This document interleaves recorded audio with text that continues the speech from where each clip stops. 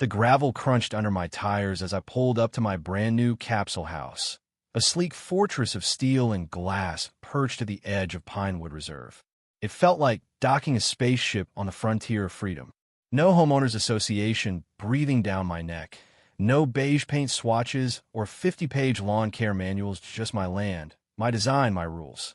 Solar panels gleamed under the sun. Rainwater tanks hummed quietly, and the forest swallowed every trace of suburban noise.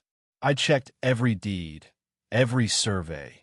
This plot was mine, legally untouchable, a defiant middle finger to the HOA's border just beyond my fence. For weeks, it was paradise. Clients raved about the panoramic windows during our VY rule design calls, sunlight painting my office like a Lee VY ink canvas. Then, one Tuesday morning, paradise cracked. I was tweaking the thermal blinds when a shadow fell across my porch. A woman stood there, suit crisp, lips tight, clutching a tablet like it was a loaded gun. She didn't knock, just stare through the glass like I saw was the intruder. "Can I help you?" I asked, cracking the door, but not in VY-ting her in.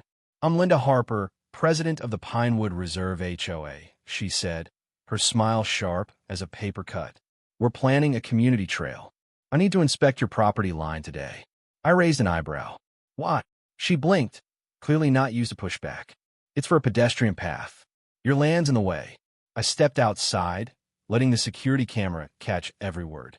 "This is private property, not part of Pinewood. I checked before I bought it. You've got no say here."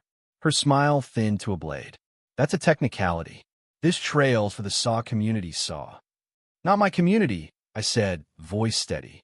She stared like I'd slapped her, then spun on her heels and marched off. Her eyes said it all. This wasn't over. I backed up the footage in triplicate. In my line of work off-grid architecture, you learn fast that some folks don't hear no the first time.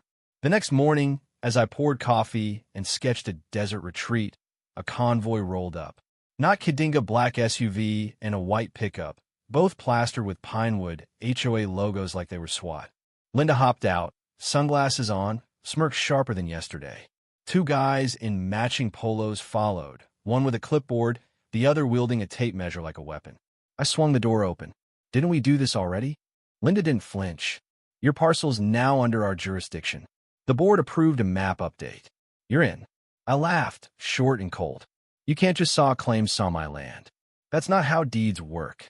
She tapped her clipboard. "It's a formality. The trail's ratified. Community needs trump your preferences." One of the guys stepped forward, eyeing my fence like prey. "We'll be quick." "No, you won't," I said, planting myself in their path. "One step on my land, and I'm calling the sheriff." That broke her. Linda's eyes blazed. "People like you ruin SAW communities," she screamed, then get this, hurled her folder at my porch. It hit the railing, papers exploding like a bureaucratic blizzard. Violation forms, maps, bylaws highlighted in neon. "You think you're special, SAW?" she shrieked, voice cracking. "Without paperwork, you're nothing, SAW." She stormed off, her goons trailing silently. I picked up the folder, tossed it in the recycling, and went inside. That afternoon, an email pinged. Urgent access notice from the HOA, finding me due lot 7,500 for obstructing community infrastructure. Attached was a mandatory access form. I laughed, swapped the SD card on my drone cam, and checked my battery banks. This wasn't a dispute. It was a siege. By week's end, I was the HOA's public enemy #1. A pamphlet landed on my driveway, low-res photo of my house, under a headline screaming threat to neighborhood harmony. It claimed I'd rejected outreach, blocked eco-trails, and me favorite, refused neighborly cooperation. Like I'd kicked a puppy at a potluck.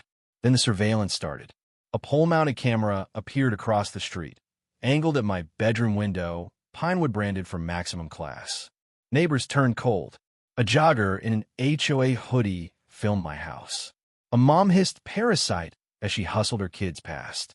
Then came the drone, a sneaky little thing hovering over my solar panels. I grabbed my slingshot kept handy for squirrels and sent it crashing into the gravel with a ceramic marble. 15 minutes later, a cop pulled up. Linda had reported property destruction and aggressive Beehive VY or the officer watched my footage, rolled his eyes, and said, "Looks like a trespassing drone." "You're good." Linda, fuming from the curb, yelled, "Enjoy your little win, hermit. The county's next." I waved, already planning my next move. That night, my security cams caught a figure by my garage. Zooming in, I saw someone in a hoodie slap a GPS tracker under my Tesla. I sat in the gravel, laughing until my sides hurt, then stuck the tracker on a county trash truck headed 30 miles out. This wasn't just an HOA. It was a cult, and Linda was its unhinged prophet. The next morning, engines woke me heavy, industrial, wrong. Barefoot, I stepped onto the porch. A flatbed, a backhoe, and another HOA pickup sat just past my line. Workers in neon vests were marking my saw land with orange spray paint, one planting a flag labeled Trail Segment A. No warning, no permits, just a 7:40 a.m. invasion. Isturma over. Who authorized this? The flag guy shrugged. They said you agreed. Saw agreed? Saw Linda stepped out of her SUV, clipboard gleaming like a general's medal. "Mr. Ethan Walsh," she purred, "we tried contacting you. The board voted. It's happening." I snapped.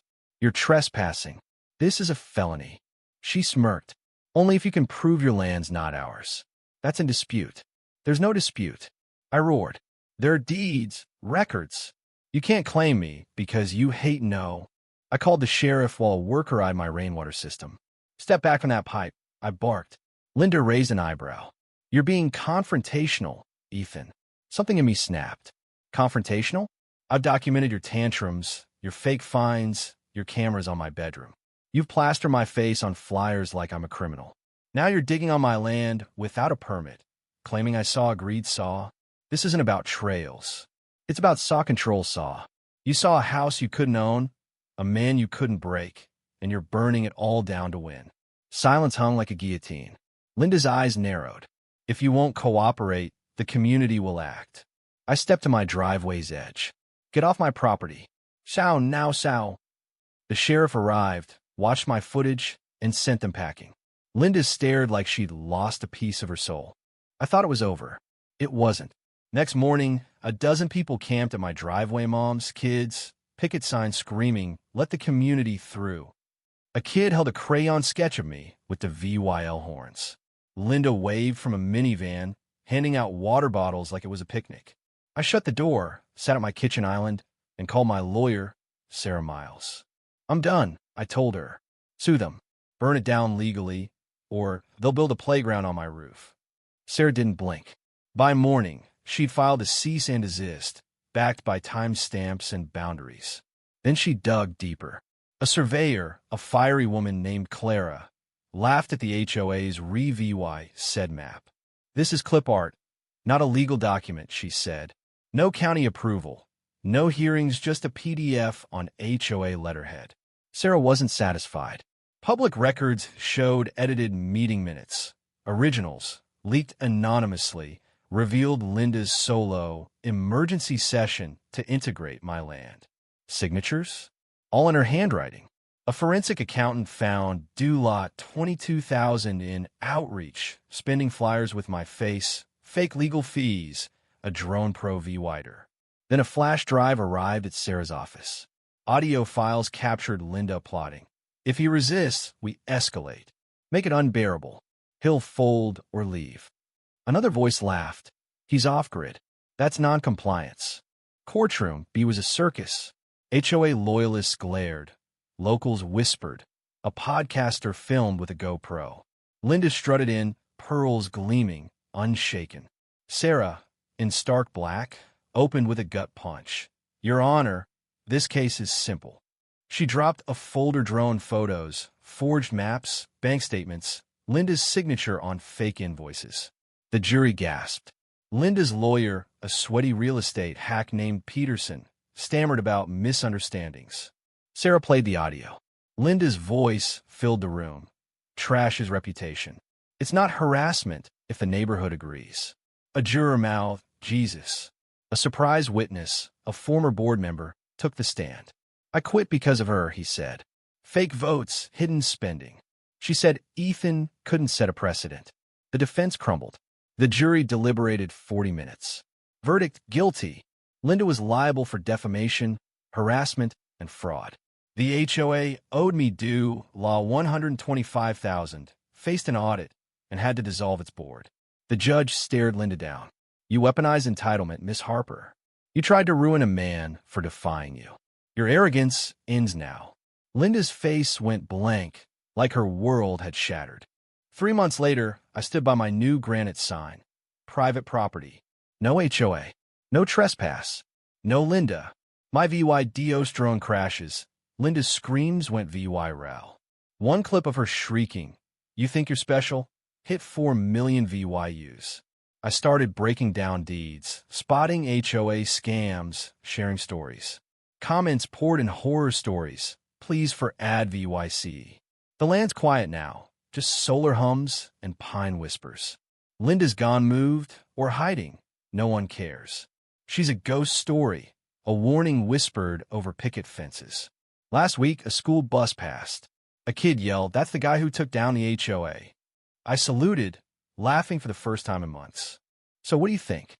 Was I right to fight, or should I play nice?